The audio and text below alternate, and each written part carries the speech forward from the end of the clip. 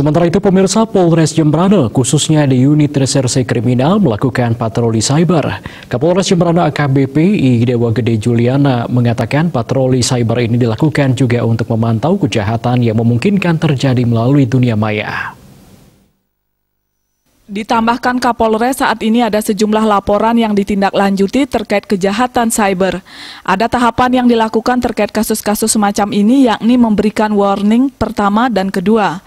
Jajarannya meminta agar pemilik akun medsos agar bijak bermedsos dan agar tidak berujung pelaporan pihak. Ia memberikan imbauan dan mengingatkan agar bijak medsos. Tahapan-tahapan penindakan ini sesuai instruksi Polda. Diakui ada beberapa pengaduan berkaitan dengan cyber, seperti kasus dugaan penipuan dan penghinaan. Berdasarkan itu dilakukan penyelidikan Dumas Pengaduan Masyarakat. Pihaknya berupaya juga menampung Dumas Masyarakat ini. Bila perlu, pihaknya akan berkoordinasi dengan tim cyber Polda yang memadai melakukan penelusuran. Surya Dharma Bali Pos melaporkan.